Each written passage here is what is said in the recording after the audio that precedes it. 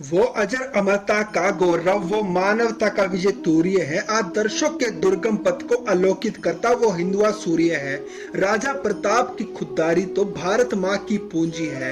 ये वो धरती है भारत की जहाँ कभी चेतक की टापे गूंजी है। कण कण में जागा था विक्रमी तेज बलिदानी का। जय एकलिंग का ज्वार जगा, जागा था खड़ग माँ भवानी का। भारतीय इतिहास में राजपूताने का गौरवपूर्ण इतिहास रहा है। राजपूत वीरों ने देश, जाति, धर्म और स्वाधीनता की रक्षा के लिए कभी भी अपने प्राणों का बलिदान देने में संकोच नहीं किया।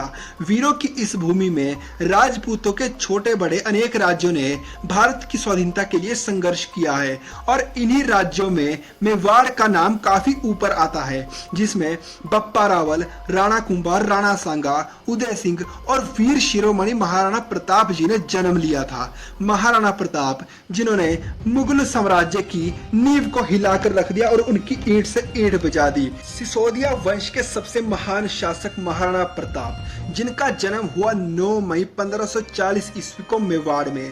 पिता का नाम राणा उदय सिंह और माता का नाम जयवंता बाई था। महाराणा प्रताप को बचपन में सब कीका कहकर बुलाते थे। महाराणा प्रताप का राज्य अभिषेक गोगुंदा में हुआ था। राणा उदय सिंह अकबर से भयभीत होकर मेवाड़ को छोड़कर अरावली पर्वत पर चले गए और उदयपुर को अपनी नई राजधानी बनाया। वहां जाकर महाराणा उदय सिंह ने अपनी सबसे प्रिय पत्नी धीरबाई भटियाणी के पुत्र जगमाल को राजगद्दी सौंप दी, जो नियमों के बिल्कुल खिलाफ था, क्योंकि सबसे बूढ़े पुत्र को ही राजा बनना होता है। प्रजा जो पहले से ही महाराणा प्रताप से लगाव रखती थी, जिसके कारण जगमाल को गद्दी मिलने पर जनता ने विरोध किया। जगमाल ने राज्य का शासन अपने हाथ में लेते ही जनता पर अत्याचार करना प्रारंभ कर दिया। तब महाराणा प्रताप ने जगमाल को समझाया कि समय बड़ा नाजुक है और वो जनता पर अत्याचार ना करे। अगर तुम नहीं सुधरे तो तुम्हारा भविष्य भी खतरे में पड़ सकता है। जगमाल ने इसे अपनी शान के खिलाफ समझा और गुस्से में महाराणा प्रताप से कहा कि तुम मेरे बड़े भाई हो, लेकिन याद रहे कि तुम्हें मुझे कोई उपदेश देने का हक नहीं है। यहाँ का राजा होने के नाते मैं ये तुम्हें आदेश देता हूँ कि तुम आज ही मेरे राज्य की सीमा को छोड़कर वहाँ से बाहर चले जाओ। महाराणा प्रताप चुपचाप वहां से बिना कुछ कहे ही चले गए। लेकिन कुछ सालों के बाद जब महाराणा उदय सिंह की मौत हो गई तो मेवाड़ के सभी सरदारों ने इकट्ठा होकर महाराणा प्रताप को राजगद्दी पर बिठाया।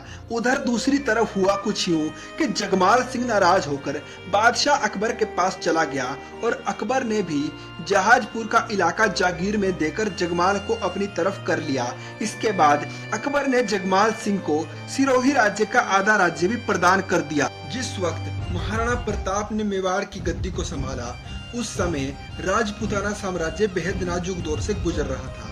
बादशाह अकबर की क्रूरता के आगे राजपूताने के कई राजाओं ने अपने घुटने टेक दिए थे, लेकिन कुछ स्वाभिमानी राजाओं के साथ ही महाराणा प्रताप भी अपने पूर्वजों की मर्यादा की रक्षा हेतु अटल थे और इसलिए महाराणा प्रताप अकबर की नजरों में हमेशा खटकते रहे।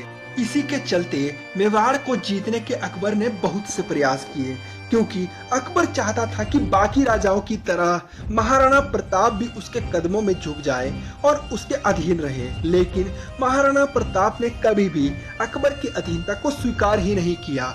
अजमेर को अपना केंद्र बनाकर अकबर ने महाराणा के खिलाफ सैनिक अभियान शुरू कर दिया। वीरों के वीर शिरोमणि महाराणा प्रताप ने कई सालों तक संघर्ष किया। महाराणा प्रताप और हल्दी घाटी का युद्ध इतिहास के सबसे भयानक युद्धों में से एक। हल्दी घाटी का युद्ध, जिसमें मुगल और राजपूत आमने सामने थे, जिसमें कई राजपूतों ने महाराणा प्रताप का साथ छोड़कर अकबर की अधीनता को स्वीकार किया। लेकिन इतना सब कुछ होने के बावजूद भी महाराणा प्रताप ने कभी हार नहीं मानी और 18 जून 1576 को शुरू हुआ हल्दी घाटी का महाभयानक युद्ध, जिसमें अकबर की तरफ से मान सिंह 5 से 10,000 सैनिकों का नेतृत्व कर रहे थे और दूसरी ओर सिर्फ 3,000 राजपूती शेर खड़े थे, जिनका साथ दिया अफगानी राजाओं ने। इनमें से सबसे प्रमुख थे हाकिम खान सूरी, जिन्होंने आखिरी सांस तक महाराणा प्रताप का साथ दिया। कई घंटे युद्ध चलने के बाद जब महाराणा प्रताप ने खुद को युद्ध में जख्मी पाया, तो वो पहाड़ियों से भागने में सफल रहे।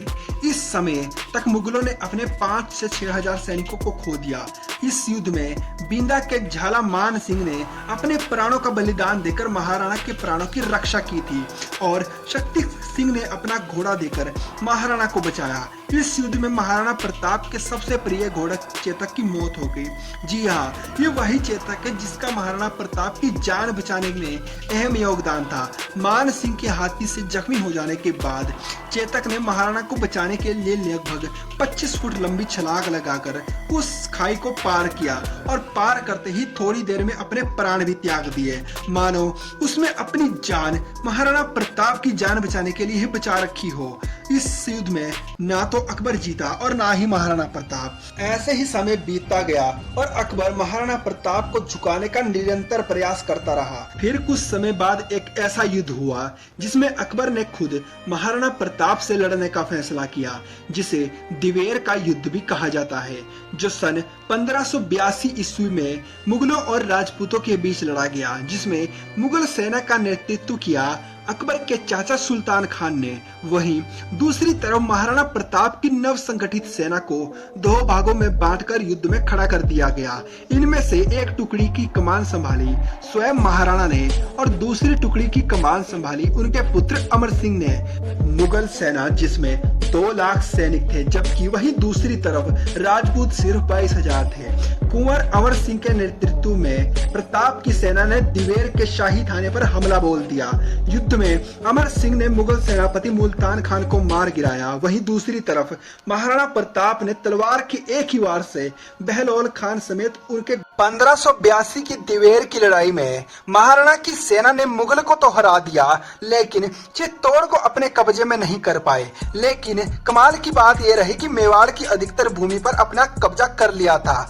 महाराणा प्रताप पहले ऐसे राजा थे जिन्होंने बहुत ही सुनियोजित ढंग से गुरिल्ला युद्ध किया था और मुगलों को घुटने टेकने पर मजबूर कर दिया था। महाराणा प्रताप पहले ऐसे राजा थे जिन्होंने बहुत ही सुनियोजित ढंग से गुरिल्ला युद्ध किया था और मुगलों को घुटने टेकने पर मजबूर कर दिया था। एक समय था जब लगभग पूरा राजस्थान अकबर के कब्जे में था, लेकिन महाराणा ने अपने मेवाड़ को बचाने के लिए अकबर से 12 साल तक युद्ध किया था। अकबर ने महाराणा को हराने के लिए हर एक हथकंडा अपनाया, लेकिन महाराणा अंत तक अपराजित रहे। महाराणा प्रताप अकबर के सबसे बड़े दुश्मन थे।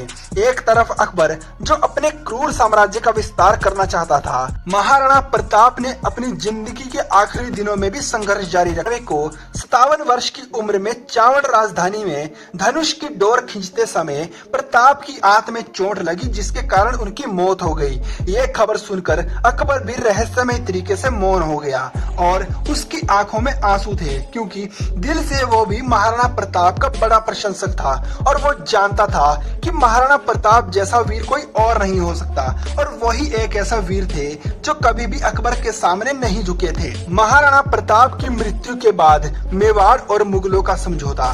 प्रताप की मौत के बाद उनके बड़े पुत्र राजगद्दी पर बैठे और शक्ति की कमी होने के कारण अमर सिंह ने अकबर के बेटे जहांगीर के साथ समझौता कर लिया, जिससे उन्होंने मुगलों की अधीनता स्वीकार कर ली, लेकिन कुछ शर्तें भी रखी। इस अधीनता के बदले मेवाड़ और मुगलों के बीच कभी भी वैवाहिक संबंध नहीं बनेंगे और यह भी निश्चित हुआ कि मेवाड़ के राणा कभी भी मुगल दरबार में कदम नहीं रखेंगे। उनके स्थान पर राणा के छोटे भाई या पुत्र मुगल दरबार में शामिल होंगे। इसके साथ ही चित्तौड़ किले को मुगलों के अधीन दुरुस्त करवाने की मुगलों की इच्छा को भी राजपूतों ने मानने से इनकार कर दिया, क्योंकि भविष्य में मुगल इस बात का फायदा भी उठा सकते थे। इस तरह महाराणा की मौत के बाद मेवाड़ और मुगलों के बीच समझौता हुआ, लेकिन महाराणा ने जीते जी कभी भी मुगलों की अधीनता को स्वीकार नहीं किया।